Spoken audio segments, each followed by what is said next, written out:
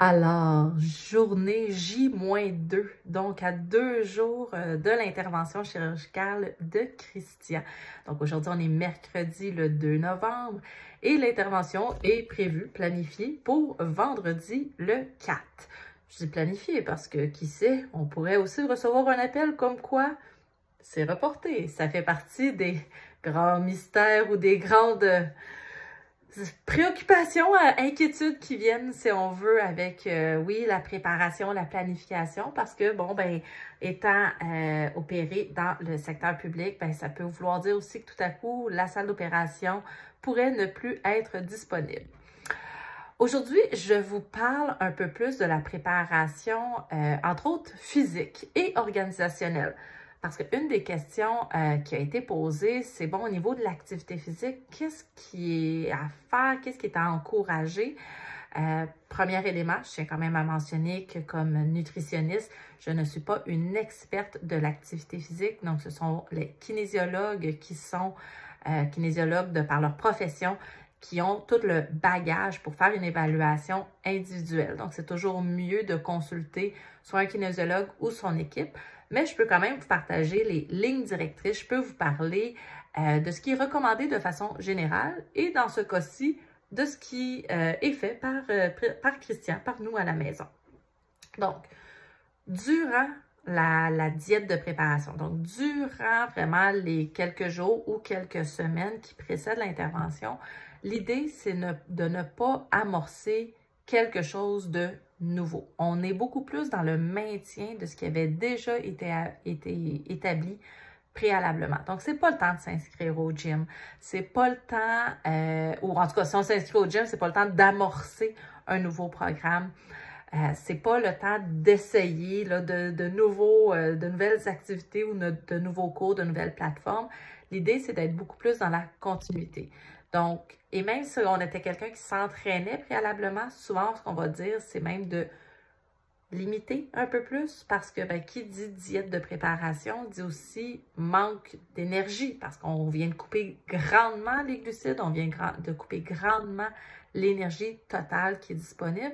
Donc, l'idée, c'est pas de se blesser non plus. Donc, la marche. La marche, même si ça paraît si simple ici de base, eh bien, c'est vraiment ce qui a encouragé le plus possible à l'heure actuelle parce que non seulement il y a de faibles chocs, mais ça permet quand même de très bien travailler le cœur parce que ce qu'on veut après tout, c'est qu'une fois qu'on est couché dans la salle d'opération, d'être en meilleure forme possible. Donc, marcher à tous les jours, quitte à le faire en plusieurs fois. Oui, dans le meilleur des mondes, oui, c'est de viser 10 000 pas. Est-ce que Christian, dans son cas, a réussi à atteindre son 10 000 pas à tous les jours? La réponse, c'est non. Il fait de son mieux, mais justement, avec l'énergie un peu plus limitée, et bien, dans son cas, il travaille de nuit, des quarts de travail de 12 heures pour rajouter au charme de la chose. Alors, c'est sûr que quand il doit en plus aller travailler, ce soir, c'est sa dernière nuit, donc il commence à 6 heures tantôt, ben à 18 heures, il va terminer à 6 heures demain matin. Donc, c'est sûr que oui, on y va un petit peu plus, un peu plus mollo, même s'il y a un emploi sédentaire, donc qui est assis durant son quart de travail. Ça reste que si on veut être sûr qu'au niveau de la concentration, autant au travail, mais pour le retour à la maison en voiture, c'est pas le temps d'aller brûler trop de calories. Donc, on y va un petit peu plus smooth.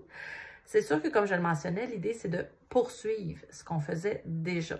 Donc, si on a déjà l'habitude de s'entraîner, juste pour vous donner un exemple, puis je vais élargir à ce moment-là au niveau de la préparation plus organisationnelle, on le sait que les 4 à 6 semaines qui vont suivre la chirurgie, c'est en fait, c'est contre-indiqué de lever des charges de plus que 10 à 15 livres.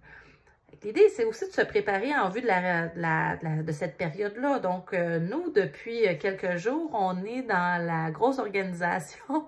Et parce que, oui, pour rajouter au charme, il y a un déménagement en cours aussi, hein, quand on fait les choses simplement.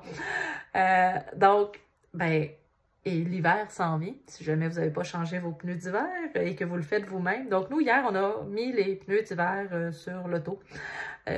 Donc, malgré le peu d'énergie, je vous dirais que c'était pas toujours facile, surtout de passer de la position petit bonhomme à se relever rapidement. Les étourdissements étaient présents, donc il fallait être un petit peu plus, faire un petit peu plus attention. Donc, de préparer justement la maison, de préparer le retour aussi. Donc, bon, ben nous, il a fallu, oui, concrètement, changer le sofa de place en vue de l'arbre de Noël, parce que l'arbre de Noël va arriver le 1er décembre. Oui, c'est dans longtemps, mais c'est dans très bientôt aussi. Il faut changer le petit congélateur de place. Est-ce que oui, j'aurais pu le faire moi-même? Certainement. Mais bon, travail d'équipe.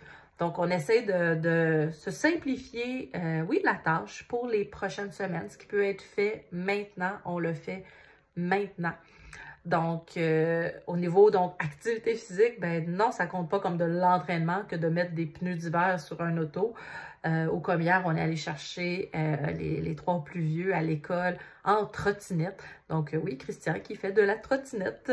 Donc, on est allé, en fait, on a apporté les 3 trottinettes et on les a utilisées pour aller. Les enfants les ont utilisées pour le retour.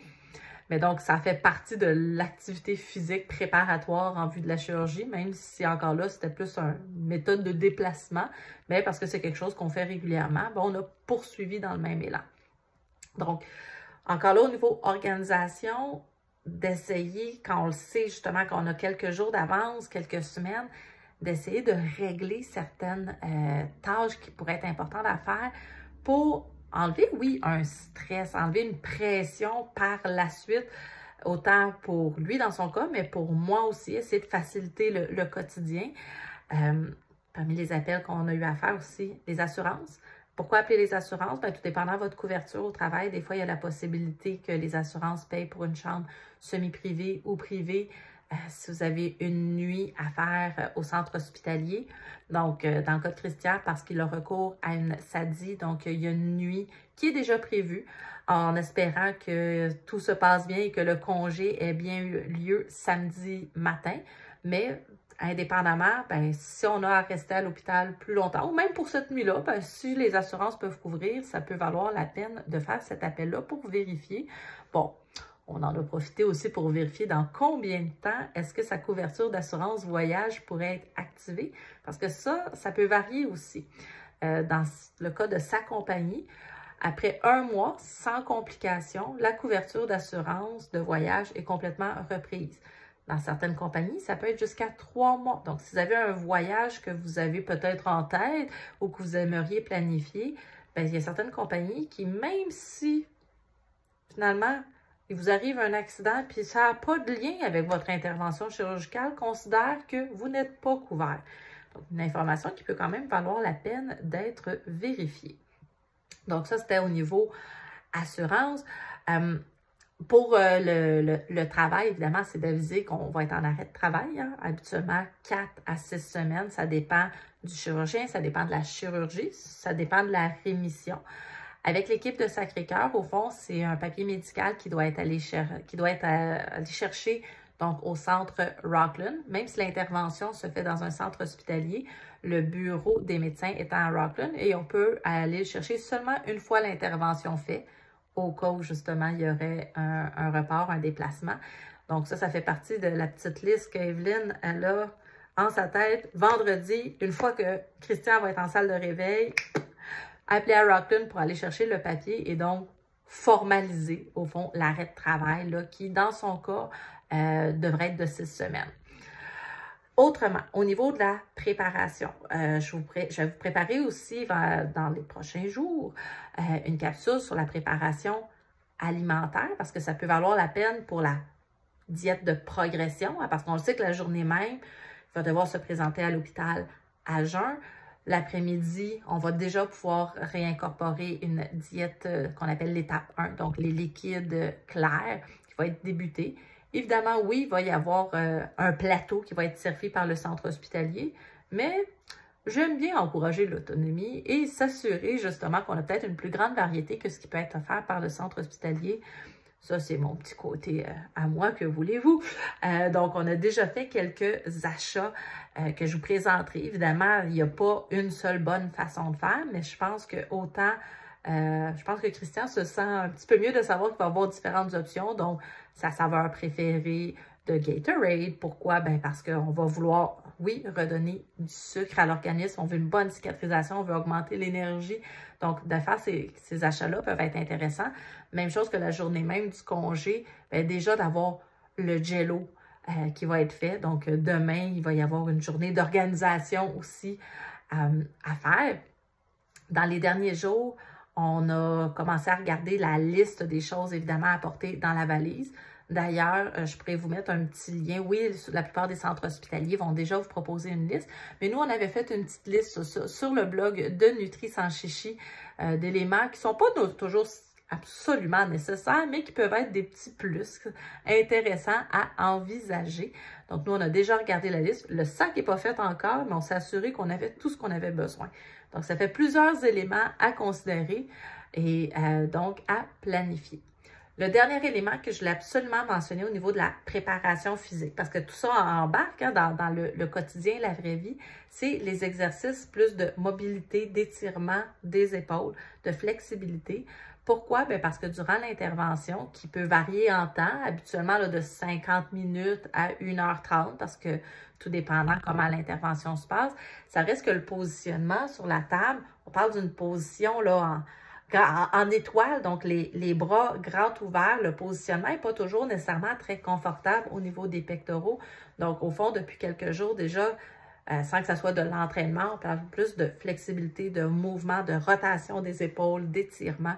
Donc, pour limiter, au fond, soit les engourdissements ou même les courbatures reliées au positionnement de l'intervention. Donc, j'espère que ça vous guide un peu. Si jamais vous avez des questions, n'hésitez pas à les mentionner dans les commentaires. Et puis, on vous prépare une suite des choses. J-2 aujourd'hui.